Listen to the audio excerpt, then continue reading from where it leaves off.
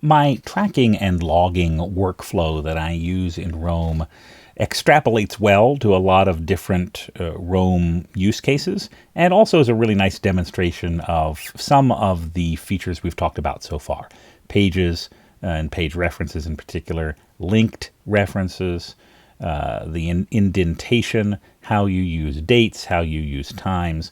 All of that comes together really nicely, filters as well, within the context of this workflow. And honestly, I take notes effectively the same way no matter where I'm doing it, whether it's in a meeting or whether it's in some context of some work that I'm doing. It's always going to be indented and tagged with, appropriate topics and people and projects and what have you. So this is a nice way to sort of model that.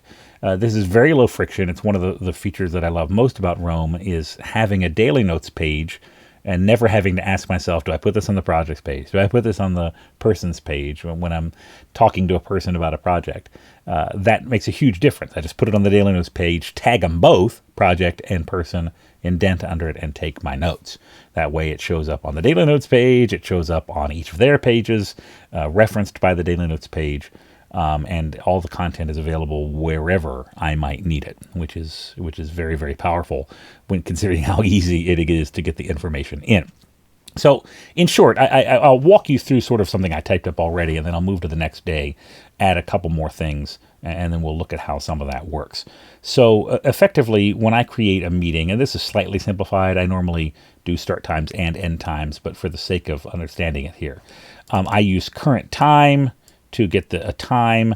I put important people in the meetings, or if something is, look down here, I put the project name in the meeting if I think it's going to be, the entire meeting is going to be about the same project.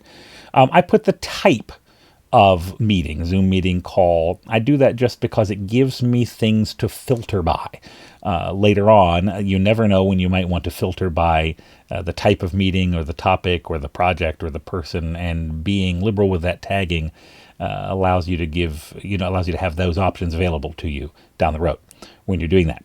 So do note, some I use double brackets, some I use hashtags. That's stylistic for me.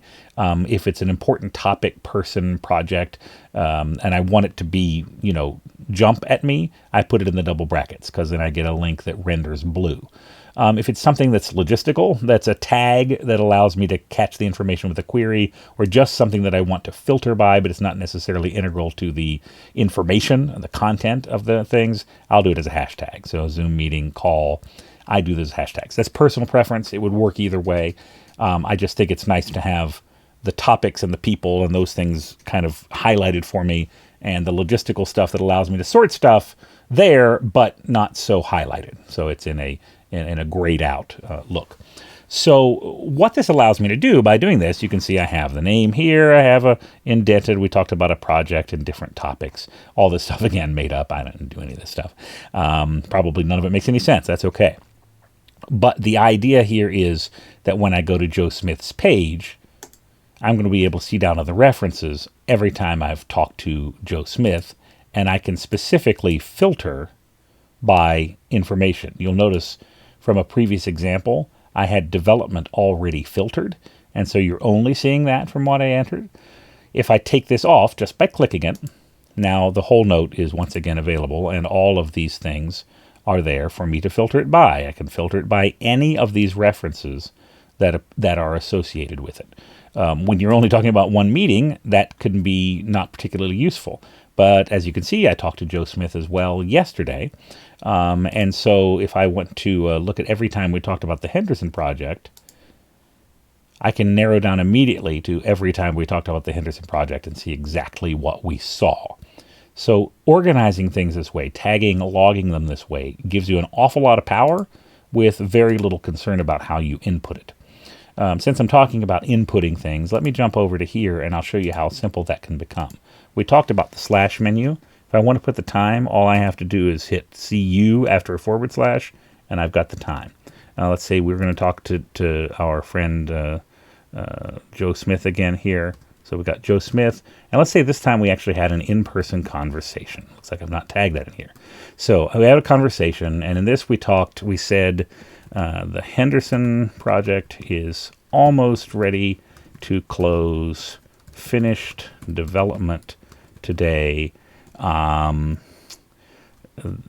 The Peterson project is finished. Too many missed payments. And you can see I'm indenting to give myself parent-child relationships. The conversation talked about the Henderson project. We talked about the Peterson project. 2 siblings underneath the same parent. And then we talked further about the Henderson project, the development of it, the missed payments in the Peterson project. Those need to be further indented because that way we can access the information as we want to when we filter.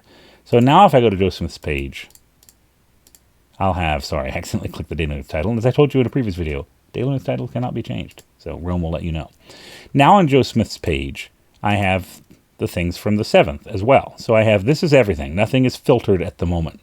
But if I wanted to see only times I talked about missed payments, I can click missed payments. And here we have, oh look, the Peterson project. We knew we needed to cancel it, and now it's finished, and that's there.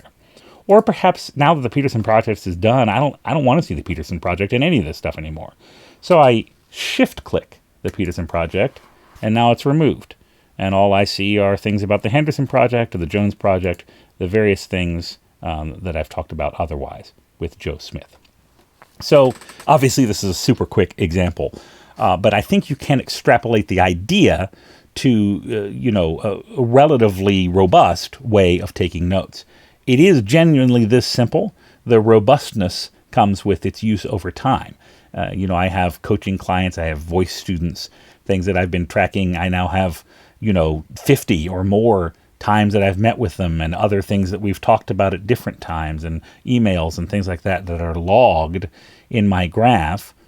And having those in the linked references and being able to filter by when we met or what we talked about or what song we were singing if it's a voice lesson, I can get immediately to the information I need just by logging it this way. I don't have to have any particular, wisdom and foresight of what I'm going to need to see and when. I just need to tag it and indent it. So I use those page references and I use that indenting. And then the linked references and the filters are on the other side of it, waiting to allow me to get that information and retrieve that information however works well for me. So this is a very simple workflow that pays enormous dividends with just a very, very simple, simple best practices. You can get access to a lot of structured information from Roam when you need it and in what context you need it, just by filtering what you've put in so easily to begin with. If this video helped you, click subscribe. And check out my Roam courses as well. I have the Roaman Way, which is a free course to help you learn the fundamentals of Roam research.